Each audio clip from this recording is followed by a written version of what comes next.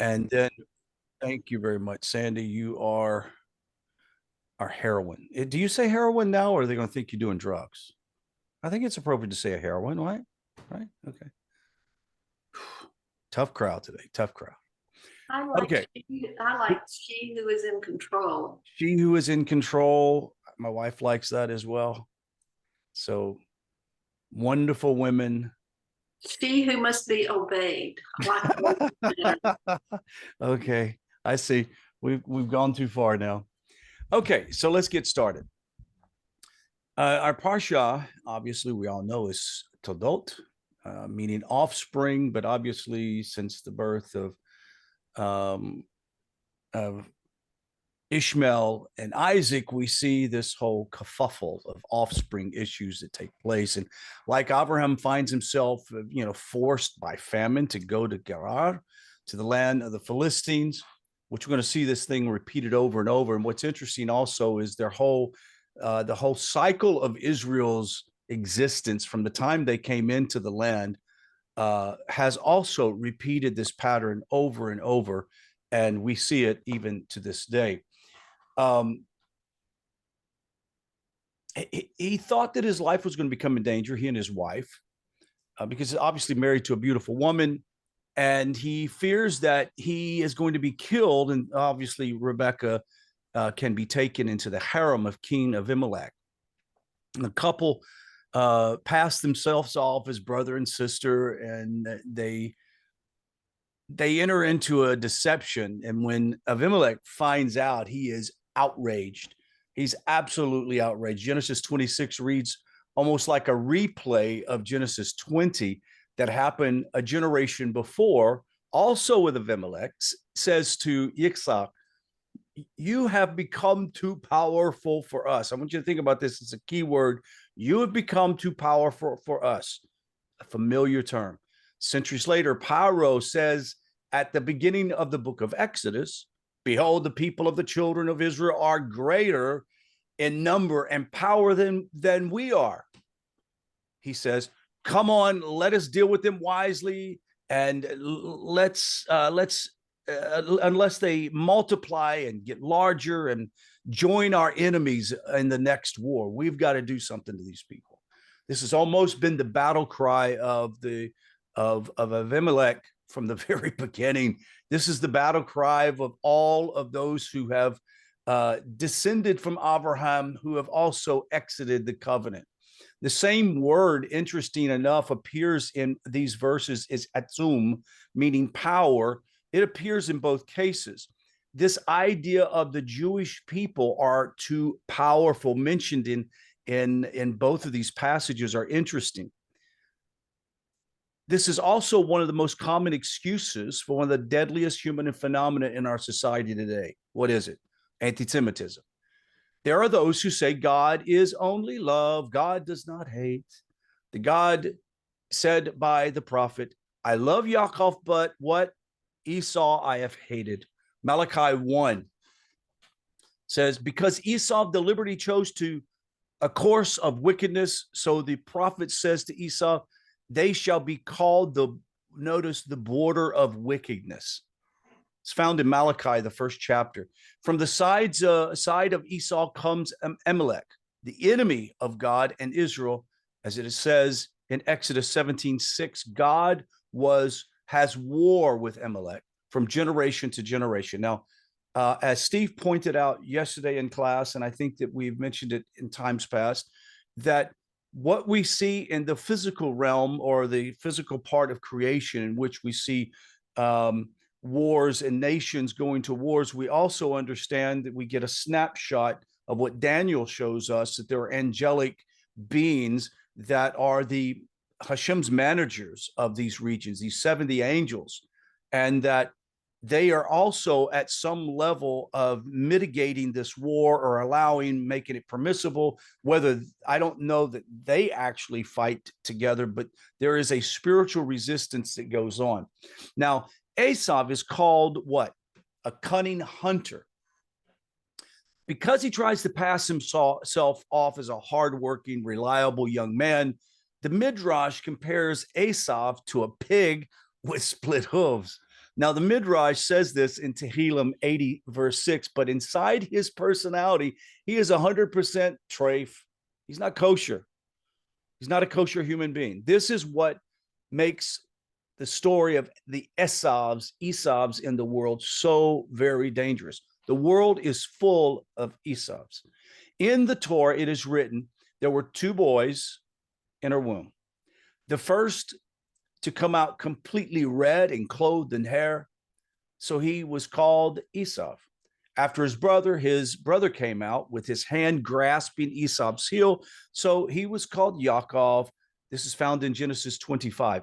Esau is described as having a body covered with seir, hair, that is as described as like demons. Certain demons have this sort of hairiness about themselves. Now, I don't pretend to know anything about demonology, so don't ask me any questions on demons. I am clueless. I'm just describing what is found in the sources. So it says that the demons, that the hair, that of demons who are said to have hair all over their bodies except for the top of their head, and they're bald, like they're slick bald.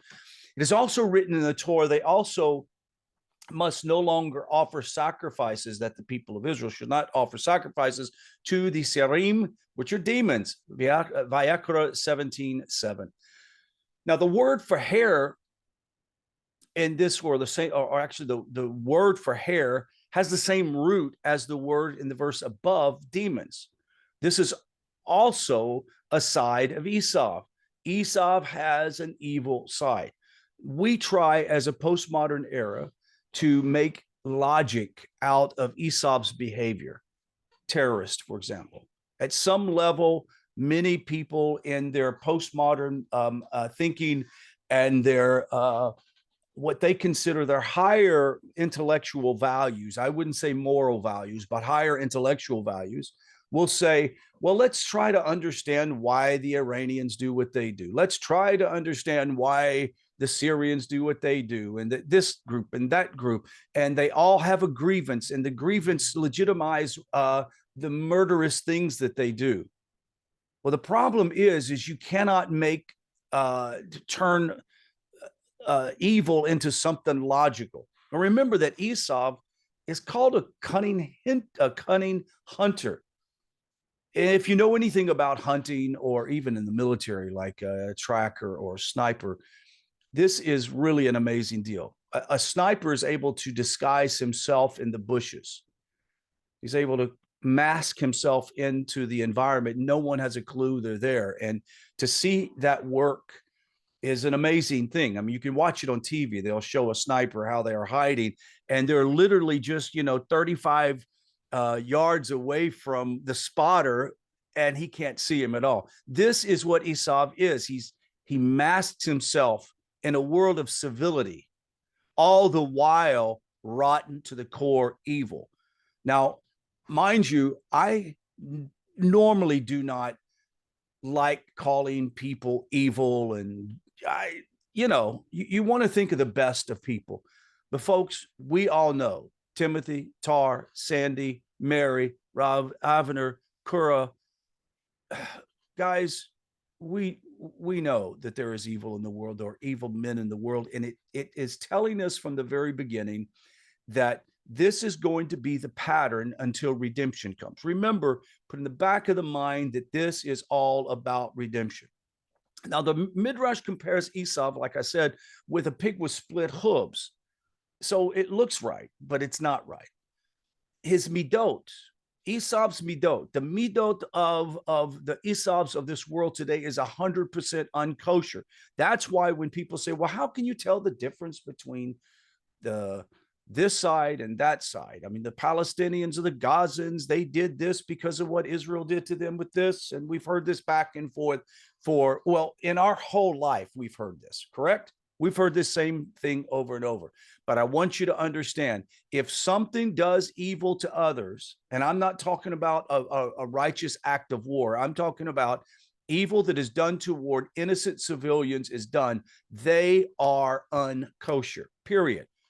They're treif, they're evil. There's no way to disguise it. I can't say that it's decent or, oh, they're misunderstood. No, it's evil. I find it interesting that in our modern times that we have what I call intellectual moralists, if you understand what I'm saying, who's not attached to real serious morality, can compare uh, uh, Israel or Israel's fight against Gaza as an act of violence and an act of cruelness, when in reality, war is war. This is what happens. And I sometimes get wrapped up, and if it's not careful, we got to realize, back off of this and realize this has been going on since the beginning. Now, the sages tell us in the time to come that Esau will don his talent. What in the world does it mean? What does it mean that when he says he will dawn on his prayer shawl and sit among the righteous in Gan Eden? What? However, God knows the mysteries of the world and the workings of the heart. Will see right through Esau. And the Holy One, blessed be he, will drag from them, Talmud in Nedarim 12a. Things are not as they appear. From the superficial reading of the text in our parsha, it looks like Yaakov does evil by deceiving his father by dressing up and appear as Esau to get a blessing from his father. Yitzhak intends to give it to Esau. Such an act would certainly have found great disfavor. But we see at this point, and this is not, we see this is not so at the end of this parsha that we end. Yitzhak sends Yaakov to Padam Aram to find a wife and bestows upon him Abraham's blessing that he will inherit the land. It says, quote, and Isaac called Jacob and blessed him, and God Almighty bless you and make you fruitful and you multiply, that you may be a congregation of nations, and to give you the blessing of Abraham to you and to your seed and with you, that you may inherit the land of your dwelling that God gave unto Abraham. Genesis 28. Obviously, the actions of Yaakov did not find disfavor with his father, Yitzhak. From this, we can learn a lesson to apply in our own lives and in this postmodern era. In truth, Yaakov did nothing wrong as Yaakov was coming to the place of Esau to receive the blessing that he bought. He bought the blessing. Abraham bought the land, right? You buy something, you own it. Now, however, we understand that even you buy something, if Hashem hasn't bequeathed that to you, you're not going to occupy it. But God has given it to the people of Israel. It says, so the question is, was it wrong for him to say, I'm Esau, since we have bought the right to stand for Esau and get Esau's blessing that he had already paid for it? Rivka and Yaakov actually selflessly and heroically worked to continue the tradition of Abraham. They jeopardized their personal relationship with Yitzhak in order to save the future of Israel. Also, Yitzhak's impersonating Esau is one of the stranger stories of the Torah, which really still to this day kind of blows my mind. Now, the parsha begins describing how Yaakov, when he was born, came out holding Esau's heel. Because of this, he was called Yaakov, and which becomes a kev or heel. Esau has been fighting against Yaakov since that time he was born. It is written, in the womb he took his brother by the heel, Hosea 12:4. And we see from here that Esau tried to pull down Yaakov from his spirituality even before they were born. And this has not stopped to this day. Now, there would be some that would say, well, is it possible that the spirit of Esau is also within the Jewish community, like Jews that are putting on that part, but are in reality Esau within themselves? And I would say there's probably a very good chance. God, remember, is at war with Amalek from generation to generation, even to this day. Exodus 17. In the end, Amalek will be destroyed forever. Yaakov has the first to be the father of 12 sons who were all righteous, and thus he became the father of the Jewish people. It is explained in the Zohar that when Yaakov descended to Egypt, Adam's soul entered into him until he came to Egypt. Yaakov's life was a long series of difficulties and struggles, like many of our lives. As Rashi lists them, and I will just go through a couple: the trouble with Laban, with Rachel, his favorite wife, and died at childbirth. The trouble with Diana, was raped by Shechem. Simeon, who was detained in Egypt, trouble with Benjamin. Joseph demanded to be brought to Egypt. It was from successfully dealing with those troubles that Yaakov was able to reveal the neshama of Adam. And I would continue on, and I'm going to say this probably Steve will understand where I'm going and kind of record this. But just as Yaakov enters into Egypt to reveal the neshama of Adam, so will Israel, after the Daniel 70 weeks, reveal the neshama of all of Adam in creation, or in the world. It's coming, guys. Redemption is coming. We are so close to seeing this. I won't go into detail, but it seems to be hinted to with Yaakov bowing 7 times to his brother before hugging, and sort of somehow rectifying and establishing, okay, here's our distances here. There's almost a foretelling of things that's going to take place, of the troubles of Jacob. So when we hear the times of Jacob's troubles, folks, we can only imagine what that is. Now it says when Yaakov arrives in the house of Laban, he was fooled at night. When his vision was impaired and everything was switched up and he was fooled, which is interesting how the dark side really loves to pull one over on you. Isn't it interesting that he is fooled at night when he's blind, the same way his father was fooled when he was blind? All these amazing stories are here. Let me wrap this up real quick. Lavan responds, we don't act that way here. We give our younger before the older. It's like, hey, you're crazy. We didn't do this on purpose. We did this because it's proper. Now he remains in Haran with Lavan. Deceptiveness for the next 12 years. Yaakov tricked his father by wearing skin of goat in his arms. Similarly, when Joseph is sold by his brothers, his children tricked Yaakov into thinking that Joseph was killed with the blood of a goat. This is all obvious providence. Yaakov spends 22 years mourning the supposed death of his beloved son, Joseph.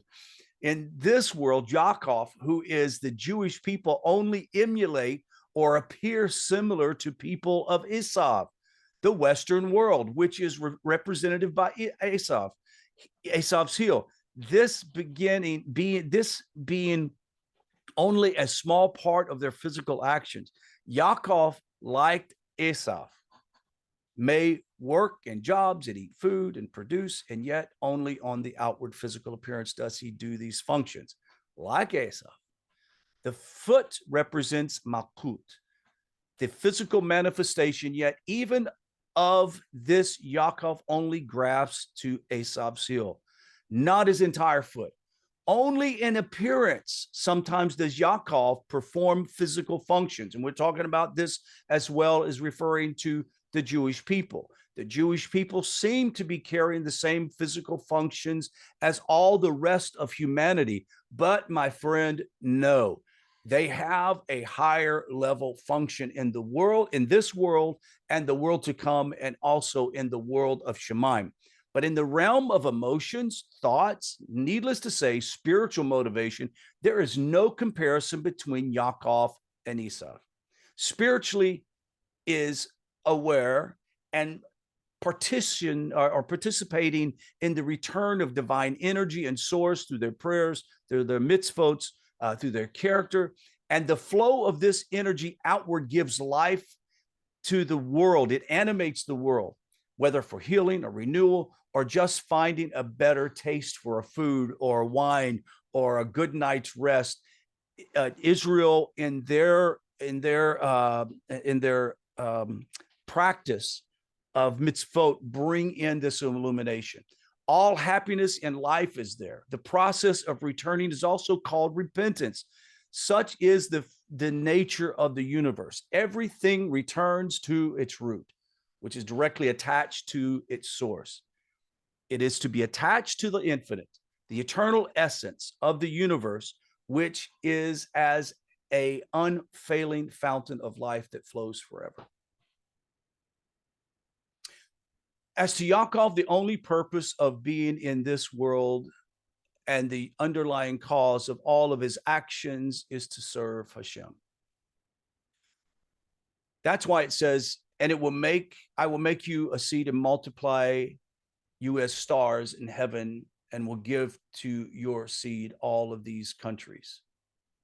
And in your seed shall all the nations of the earth be blessed, because Abraham obeyed my voice and kept my charge, my commandments, my statutes, and my laws.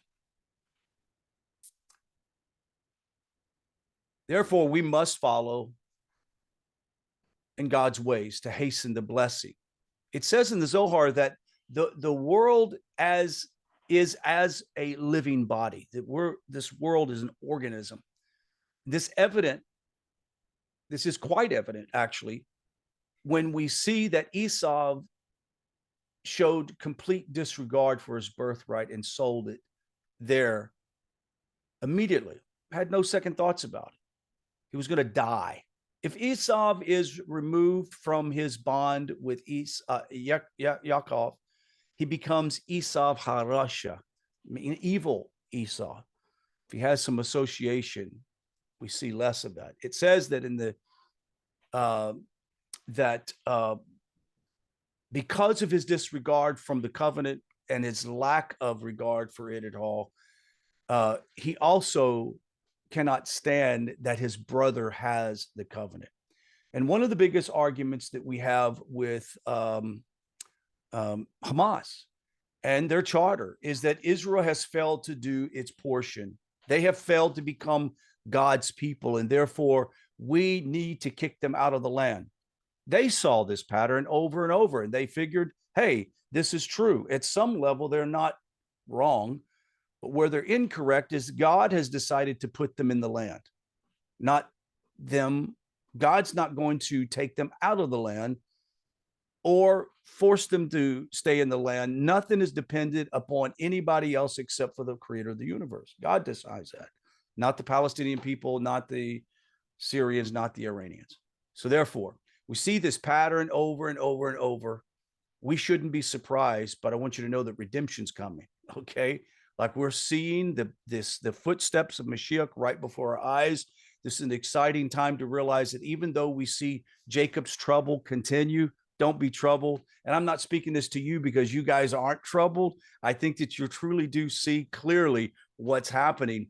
But to our friends that will watch this text later on on YouTube, etc., you're going to realize that better days are ahead of us. There is a change going on.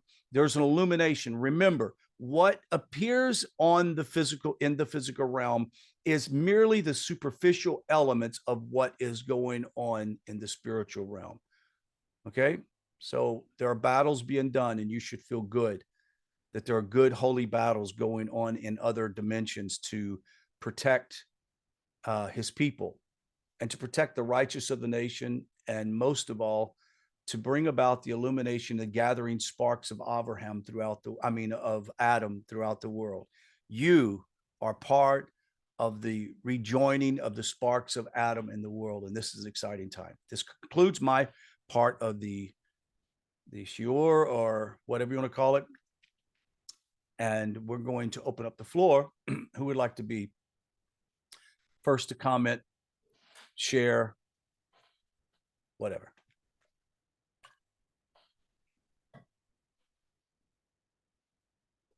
Well, that was a good one, short one.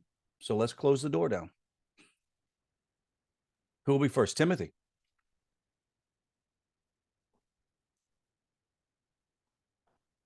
Hey, thank you. That was made my mind think about a lot of things.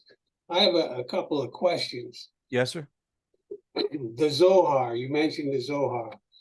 I'm wondering, does the Zohar have the same weight as the Torah, the Talmud, the Midrash, and the Mishneh Torah? I mean, are we supposed to pay attention to that with as much detail and trying to understand it as those writings? Well, I would say I'm going to let Rabbi Ivaner say something about this because it's really important to come from a rabbi. But let me just say this: the Zohar is often in our environment quoted, right? Like if it's involved in a text of our study and it quotes the Zohar, we will go to it as a source and read it and see what it is. But none of us, except for say maybe Steve, is really like dove into the Kabbalistic understanding. The problem that we have and the warning that we get from our rabbis is that, study Torah, make that the center point. Don't study necessarily the Zohar. Now, you also have rabbis of this age that says that, and I think maybe even Rabbi Nachman purported to have thought this way, that there will be a time that all the people of the world should be taught Kabbalah, right?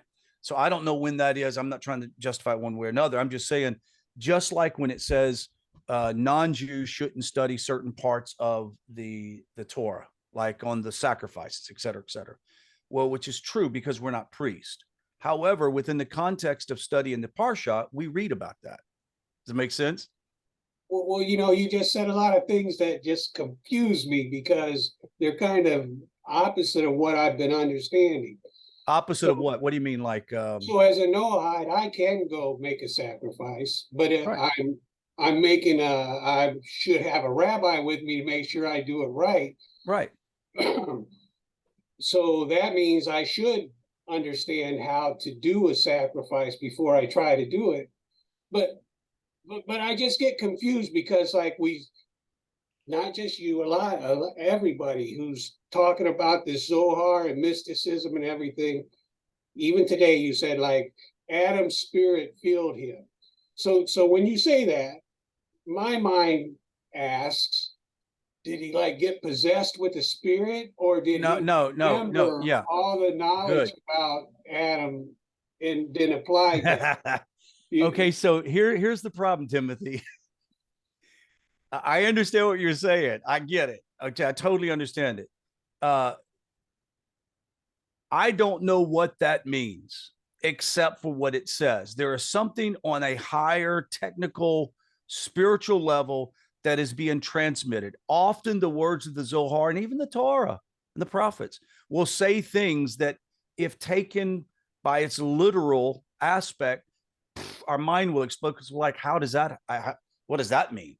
Right. So we know for sure that it's not like possession.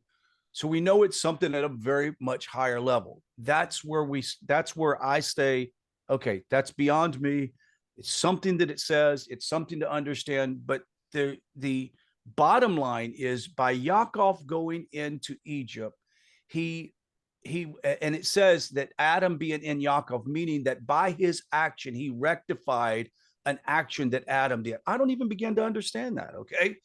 I don't have to understand it to know that this is what is said. But once again, going back to your question, does the Zohar carry the same weight as the Torah and the oral Torah? Rabbi Ivaner, would you like to answer that, please? Can you unmute, please? Well, for hundreds of years, it was forbidden to learn Kabbalah and Zohar until you have met the following criteria. You fill your belly with all the tracts of the Talmud, with all the poskim and the farshim. You're already versed in the all explanation of the simple explanation of the Torah. That's one. So you had to be learned. Then you had to come to a certain age, and even then, you should have never learned it by yourself. You should have joined a group, a qualified rabbi who would scrutinize you before you learn it. Why?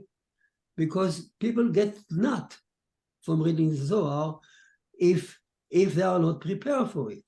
And It's and it's confusing to a person who doesn't have the It's foundation, i.e. confused. me.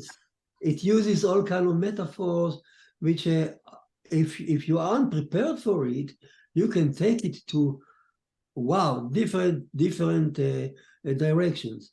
Only that this harsh scrutiny was kind of isn't up a little bit the last few generations, and that's because excuse me, and that's because of Hasidut. The Hasidut in 19th century brought it down to the level of a simple person, which actually caused eruption of a fierce fight between the old traditioner to the Hasidim. And let's say in my school, when I learned in my yeshiva, so to speak, we never even touched the Zohar. We hardly even spoke about Messiah. It was leave it alone. And Neshama and all these things. If a rabbi came to our class in yeshiva, start talking about Neshama, we would giggle. We would just laugh. It was what he's talking about. So so that's the Zohar. But while I'm speaking, I want to ask you something else. As we talk about Jacob, can you put all the stories of Jacob under one color? Under one what? Color, color. Can you paint them in all as one color? Do you have any common thread? All of them. What can you paint them? I'll give you an example. I can paint all the story of Eden with pink. Why? Because it's all around adultery, sexual, primordial sin, adultery, pink. I can paint all the story of Noah with red, starting from Cain and Abel until the flood, the rainbow covenant. All the story of Noah is about bloodshed, red, without exception. The whole section is red. Abraham, I could put it all in green. His wife is stolen. Lot is stealing water. Everything there is about. He realized Hashem is the owner. Everything is about theft. Green. There is no one story about Abraham that cannot be painted with green. What about Yaakov? Can you find a common color to all the story of Yaakov?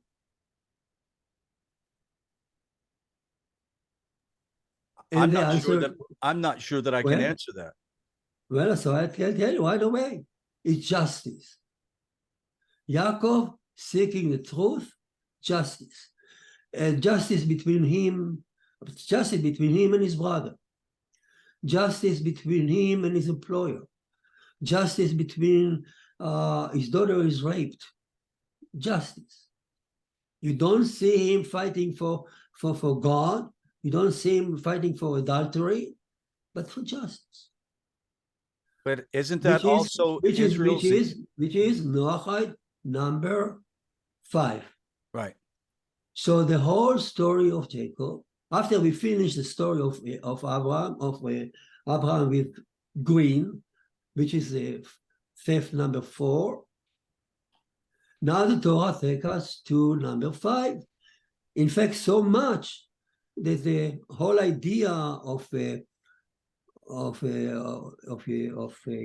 Bnei Noach, to teach Bnei Noach justice and how to run the country, come from the story of Dinah. So justice and because of that, so it can go more. I don't want to go into detail. So the Torah moves us from one commandment to another commandment to another commandment to teach us now with the story of Yaakov all the aspect of justice that you need to know. they're all, if you dissect the section, is so deep. It goes into all different type of justice. What is, can you lie for justice? Can you deceive to get justice? What is truth? What is it? What do you want to achieve with justice? Do you want to achieve truth or peace? What is more important? And all these questions, it's so deep. It's all embedded in the section of Yaakov. Interestingly, and here I'm going to stop. Interestingly, the name of Israel appeared the first time in the Torah, not in connection to idolatry or to bloodshed. The name of Israel appeared the first time in the Torah with Yaakov fighting for justice with the angel and coming to peace with him. And that's the name that changed Israel. So there is two ways to find justice. One way is to seek the truth with full force, like Yaakov did, even cheating. And there's a higher level of achieving justice with peace with Israel. So Israel, what is Israel? You asked me, what is Israel? Israel was born to teach the people, to teach the nation justice and peace and holiness is connected, and Torah is all connected here, and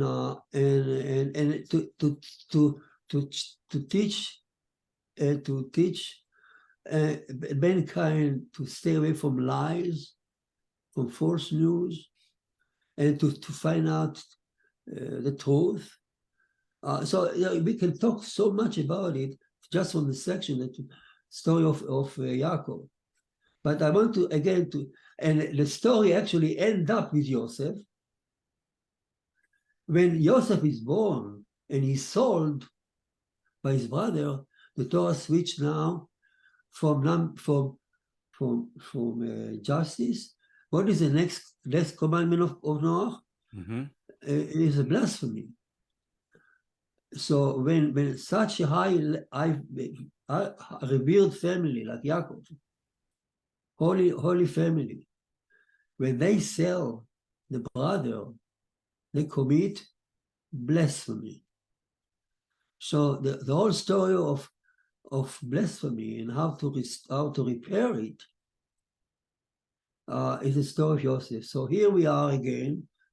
The whole book of Genesis take you from color to color to color to color. And now we are in a color of, what color would you put for justice? I would say like purple. Purple is kingship. Okay, so so the story of, I will put a paint, all the story of Yaakov under one paint, a purple, kingship. It means how to run the country with peace, justice. So that's a lesson for Bnei Noach. You know what I appreciate you saying, saying so much about that idea that justice is what it's painted. 100%.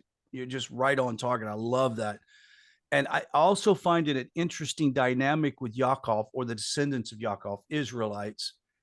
That's been the struggle. Like, if you don't care about justice, then you can deal with a small thing with a ball, with a sledgehammer, it just destroy it all. So it's this dance that Yaakov, or the descendants of Yaakov, had for all these years of wanting justice and being denied the justice, and have to work harder to try to get justice in the situation.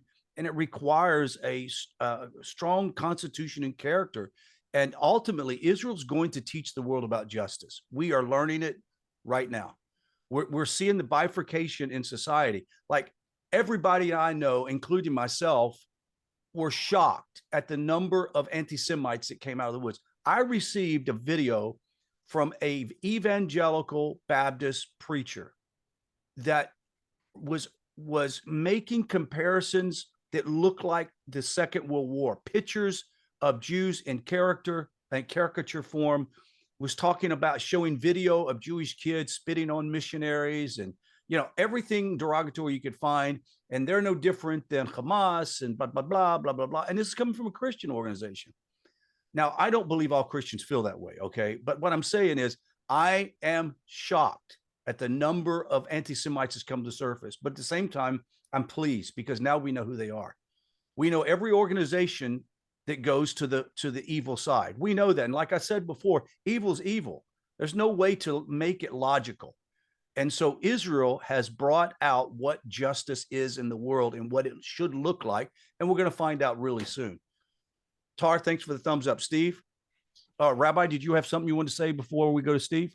Yeah, I want to just add one point from Rabbi Sachs, the late Rabbi Sachs. Jonathan Sachs. Yeah, Jonathan Sachs, because he was a chief rabbi of England, so he familiar with Christianity and so on. So he used to say that his friends in England used to ask, what? How do you reconcile? What are you doing there in yeshiva, learning about all kind of issues? How to sell cow with a exchange cow with a donkey? That's religion. How to what is the right of the builder to do this or that? That's nothing to do with the religion. And here is the point: when we say here that the Torah takes you to justice, the justice become in the eyes of the Torah not just a good arrangement for the welfare of people. It's the way to connect to God. It's a commandment. When you follow justice, you're connecting to God. Truth, you connect to God. You repair your own soul. Right. The whole commandment was given to us, as we said many times, that we repair ourselves to relate, go back to Adam. And when you connect, you repair your soul, you improve your soul, you go back to Eden by fighting justice. So justice is not just a social contract, a logical contract. It's a way to connect to God. Mm-hmm. And that's the understanding here. It's one of the Noahide commandments. You connect to God, you fulfill God's command, you connect to Him by doing justice, not just mercy. Right. Justice. So for Timothy's sake, let me just ask you straight up this question. Does the Zohar have as much authority as the rest of the Torah? I answer that question. Okay, is it yes? The answer is depending on the posek. Okay. So after the Zohar became more popular, many poskim in Shulchan Aruch and the late poskim, even today, they support the psak. They say, the Zohar says such and such and such. So they support. So they put weight on the verdict, on the psak, by giving you an example what the Zohar says.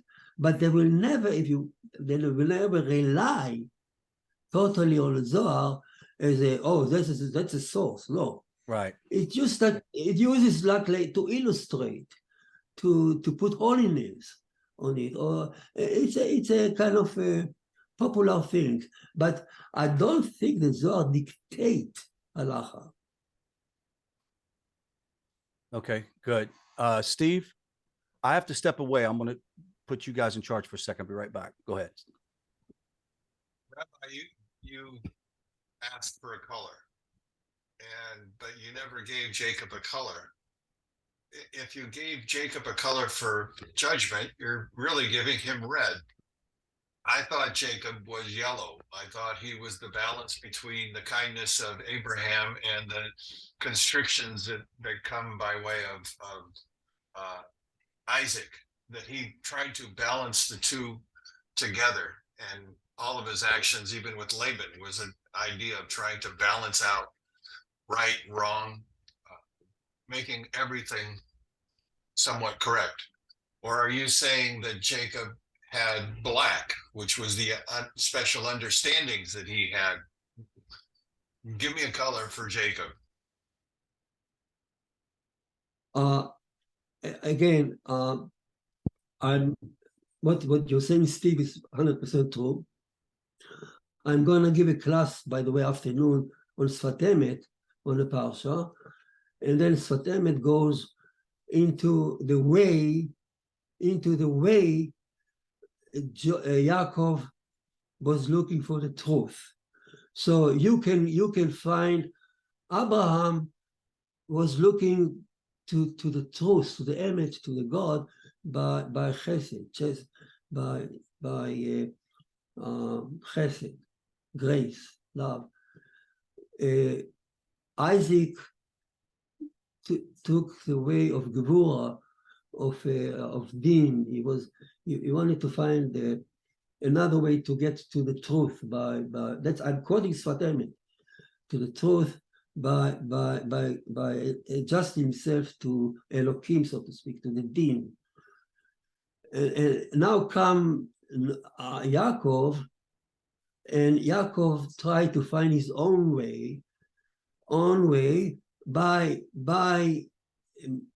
actually he is the one who he vowed, when I come back to Israel, Hashem will bring me back to Israel, I will make grace my law. Hashem lil Elohim. He will take the grace, which Abraham considered pure grace, he will consider as a law. So here is a Yaakov finding his own way, if you want, in the middle. That's why they put him in a diagram in the middle. But then there is another step, Sfat Emet says. When Yaakov trying to do it, you say he took the two color and put it in one. So purple is actually a mixture of two other colors. That's good. Purple doesn't stand on its own, it's a mixture of two. So that purple is from Chesed and Gvura. Fine. But then Sfat Emet come and say, Yaakov himself found out there is two ways to get to the truth, to step up, to pursue justice at all cost. Even in the fight, even he has to run away from his life. He was almost killed many times. He won't give up any inch of the truth that he perceives as the truth, or to become higher level of Israel. It's much more than that, and in order to go into that, I would have to put you in diagram, and I would have to, for instance, there are three wells, Steve. Isaac dug three wells, Oshek, Sitna, and Rehovot. And the three wells, one well is Abraham, and it was dried out. It's love and chesed, it dried out. Then he dug another well, which is Isaac, which is on its own. And then which is also didn't last long, but then the last one, Rehovot, is a way that Jacob found out. So the three wells, Jacob well. Why do you need to dig the well? You need to dig into the ground to select, to decipher the truth from lie and so on, to get to the truth and to get to the true justice, emet, by Israel way, by Jacob. I'm calling it Sfat Emet. It's beautiful, but I know I'm above the head of many people here in the class, and for that we need to really.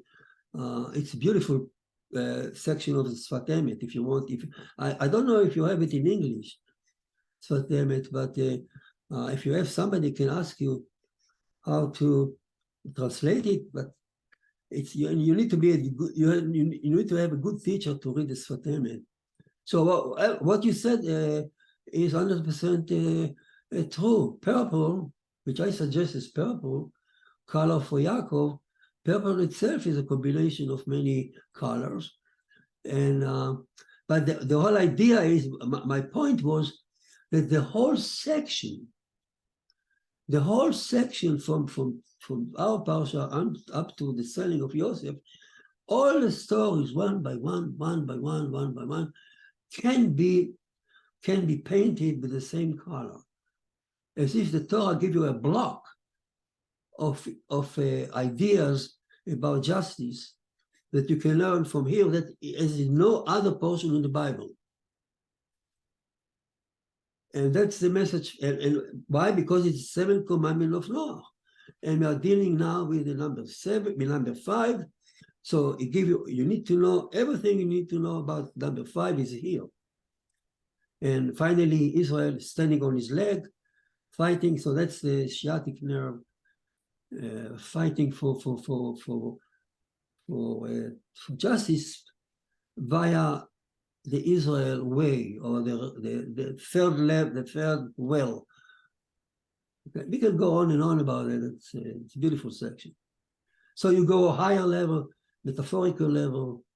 Here, the Sfat Emet bring you, combine you the Zohar, everything you need to know from Kabbalah is here in one little section of Sfat Emet. Yeah. Thank you. I appreciate it. Anybody else have any questions? Anybody else? I have one. It's actually two, but not quite on this lofty level that you've been talking, but it's something that I noticed in Genesis 25:28. It just kind of jumped out at me. It says, Isaac loved Esau, for he put game in his mouth, but Rebekah loves Jacob. And I noticed it said Isaac loved, past tense, Esau, but Rebekah loves, present tense, Jacob. And just wonder what the significance of that was, if any.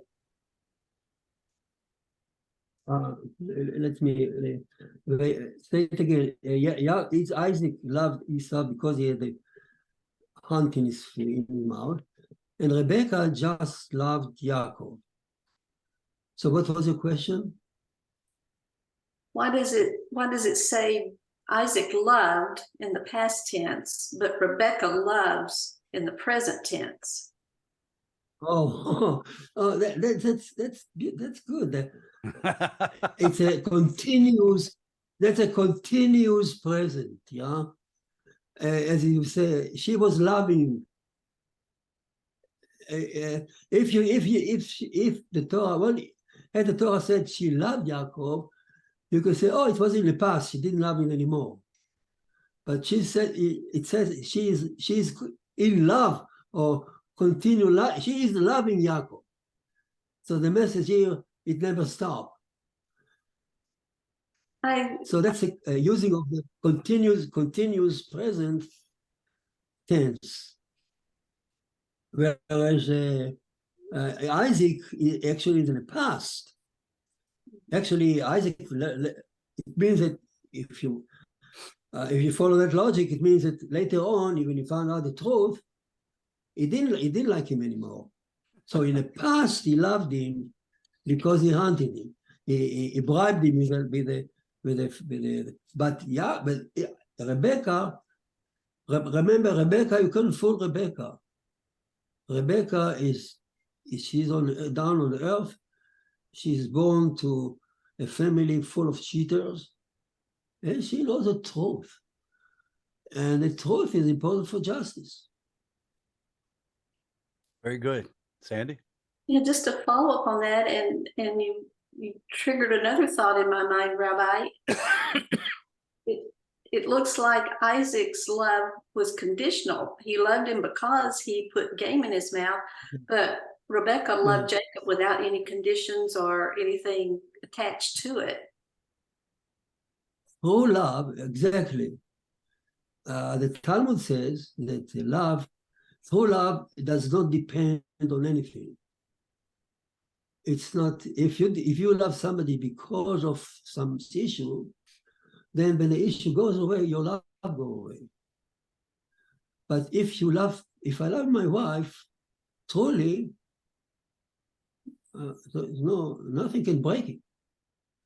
It's not depending on anything. I find it don't like also it because she was good to me. I find it interesting, Rabbi, that this demonstration of two elements of love with Jacob and Esau is almost like the judge or the view that we get from Hashem's masculine and feminine side of justice, of courts, of rulership, and how it looks at people being, you do what I say, you follow the commandments, you do these things, and you're loved, you're taken care of, you're protected. But then yet there is the merciful love of God that loves so currently all the time for any human being. There is that kind of love, but still it's based on your actions. I mean, I can love my wife, but if my wife murders my dog and abuses my children, I'm not going to love that woman anymore. I mean, it's just bottom line how it works. It's not good or bad. It just is. Yeah, Abraham followed the rule of God loving unconditional love. Right. Just because he loved mankind. Abraham didn't ask when he fed people, he didn't ask who you are, what do you live. He fed. Right. And it's grace without any qualification. It came Jacob and put it under God.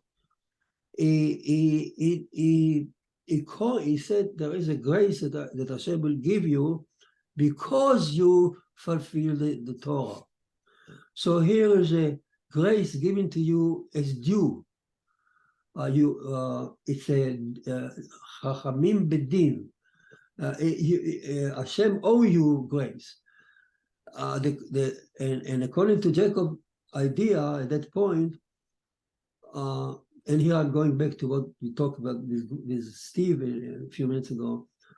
Yaakov thought that it's more valid, more endurable to have the grace of Hashem because as I'm due, it's also more honorable than just give me, loving me without any merit. So Jacob wanted to make it more dignified, more kingship-like, okay, more judgmental-like. That's a contribution of Jacob to the Torah. That's the Torah is taught Yaakov. Mm-hmm.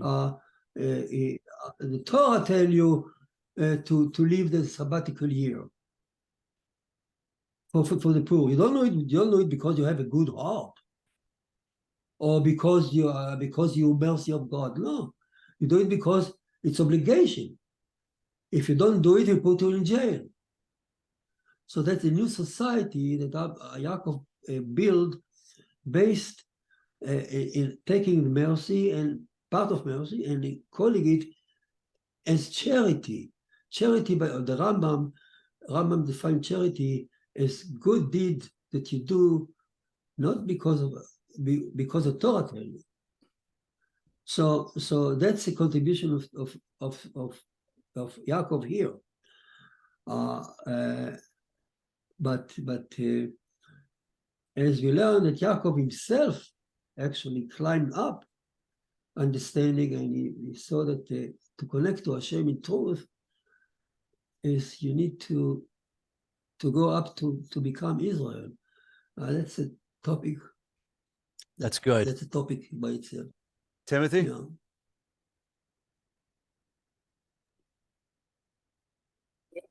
Rabbi just brought up something. Okay, so we could look at it like this, right? Noahide's job is to civilize the world And Israel's job is to be a light to the nations. And so we're all made in the image of God. The distinction between Israel and the rest of us is the commandments, is that they live by the commandments. And because of that, they get that grace from Hashem that sets them apart.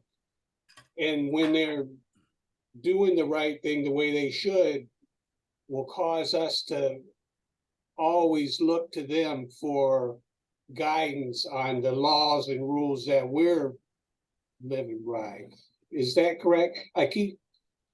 Because I keep hearing some rabbis say that Jewish people are better than everybody else, but this is where the labels start confusing me, because it seems Jewish is an ethnicity, and Israel is the nation that God made for the world to look to for guidance. So, am I? Did that make any sense? Was that worth saying? Let me put me in perspective. Abraham thought that all nations should be the same. And he taught the seventh commandment faced to his neighbor in Syria, everywhere. Hashem saw that the humanity at that time was so much deeply stuck in the mud, you need that it will have no course. So you need a good horse to pull the wagon out. So Abraham was not elected. Abraham was the first one who heard the noise, who heard the call. Hashem said, go, follow me. So he is the only, Satan says, he's the only one who heard it. The other people just didn't hear it. So here Abraham came out on his own, and he became the strong horse that will assure that the faith will not go away from earth, hoping that finally the whole wagon will come up. So Abraham, as long as Abraham in Israel is around, we do it as we are obligated, because I have no choice. And that makes me a strong horse. But the idea is that all mankind will do Hashem command or come to love Hashem, to change our heart. The whole idea is to become very good. Very good is to enter the Shekhinah in our heart, to recognize her and to change our heart like Rebecca did. Rebecca didn't know anything about Hashem. She just came out on her own, and she watered all the camel. Nobody told her. She has a good heart. She was not obligated, but she did it on her own heart. Rebecca is Bnei Noach. Rebecca is the future of all. We wish that all Noachide in the future will be like Rebecca. You don't need any commandment to be good. It will come to you as a second nature. Meanwhile, we have the assembly of Israel that trying to carry the wagon, as right now we are obligated, but in the future we all be one, that may not be we won't need to be commanded. So the only difference between Israel and the Noachide is a level of commitment. By the way, it's nothing racial, it's not ethnic, nothing to do with that. If you, Timothy, decided, oh wow, I want to join the priesthood, welcome. But you need to commit yourself to live like that, which is absolutely difficult. If to become a strong horse like that, you need to join. But it's not racial. It's not by having an iron neshama. All that is foolishness. Simply. So I don't want to. I'm sorry I said foolishness. I shouldn't use any such language here. It's not true. The truth is that even we discussed it last week, I think, even the Assembly of Israel, the girl, the beautiful girl that represents Israel, she was also born born out of, she came out on her own without being obligated. She was formed from good heart. So in the future, the girl that represents Israel, Assembly of Israel, that she was born out of a good heart. Nobody told her to come. That's Parshat Vayakel in Exodus. We discussed it in our class. So she turned out that the girl that symbolized Israel, the Knesset Israel, the mythical, the Holy of Song that we sing Friday afternoon before the Sabbath enter, we all sit down and read the song for the Knesset of Israel. So she is basically like Rebecca. She also came out to Moses, and from her own, nobody told her, nobody commanded her. They came out to listen to the Torah that he came out the second time on her own. So here is the two girls are combined, Rebecca, Noachide, and the girl, the Israel in the future. They basically are the same girl. And which means we all human. The idea is simple. We wish, that's the goal of the Torah, that all mankind will, by the help of the Torah, will improve. We get the Shekhinah in ourselves, and the Shekhinah will change our heart. Right now, it's impossible. Right now, we have so much animalistic driving us. But we need, the more we learn Torah, the more we learn about judgment and justice and all that, then it's slowly in generation, it will improve our heart, that all mankind will not need any Torah.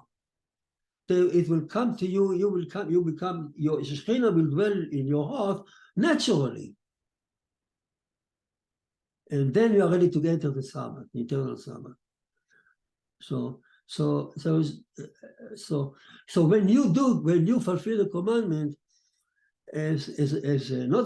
not because you are obligated, okay, but you fulfill the commandment because you come out from your own heart. You are sitting here in the class from your own heart. That's where Hashem wanted to be. It's beautiful. That's what Hashem wanted all mankind to be. Right. That's beautiful. That's also what Hashem wants me to do. I am actually less than that. I have to be obligated to do that. You came out on your own. I'm sitting here because I'm obligated. So who is higher? Higher, it means, okay, I have more obstacles because I'm commandment. But the higher in level of history, no different. I mean, you came out, you are already there when you come here voluntarily. Well, the girl of Israel, also born in the same fashion. She also came voluntarily. But she accepted the Torah to become a strong horse, okay? So in very much the same way, Temporarily. in the same way that Abraham taught his descendants, he also taught the nations about our journey and what it's to look like. And it's about attachment to God. It's about secluding one's self to Hashem, even though you live in this world. That's Sfat Emet when Parshat Lech Lecha, at the beginning, when Hashem tell Abraham, go on. Sfat Emet says, wait a minute. Abraham was sitting in Syria and teaching Hashem, Shema Israel, Hashem Echad, Shema Echad. The first line of the Shema, he taught all the people around him. And from here, the Sfat Emet says, all nations, all Noachide should know oneness. The Shema Israel, the first line, is obligated for all nations, Abraham thought. No difference. But then he was tested, he was thrown to the oven, and he came out on his own. So Hashem thought, okay, this is a good horse. But the idea that all mankind should come, Shema Israel, Rashi himself said, Shema Israel, Hashem Elokeinu, Hashem Echad. I mean, Hashem is only Elokeinu now, but in the future it will be one for all nations. So the first line of the Shema, which is so typical, people think it's so typical for Israel. According to Sfat Emet, it's typical. It's obligated to all mankind. When I'm saying Sfat Emet, believe me, that's a staunch halacha of the Torah. We were talking about the major authority of the Torah. I think the highest since Moses. I don't know what. So when he said that, that's it. So the Noahide are obligated in the Shema, the first line of the Shema, like anybody else, and that's the beginning and that's the end. The rest of it is only the way to get there.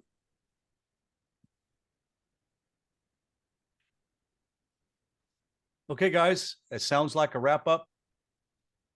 Good to see all of you, Kura. Good to see you, Mary, Sandy, Tar, Timothy. You guys are amazing. Rabbi Avner, I pray that your Shabbos is elevated and beautiful with your wonderful wife, and that all of you have elevated Shabbos. And so, Tar, how long are you in Texas for? 2 weeks, 2 days? 2 days. Okay. Well, have a safe journey, my friend, or 2 weeks, whatever. Yeah. Okay. Shalom, shalom, guys. We'll see you later. Bye.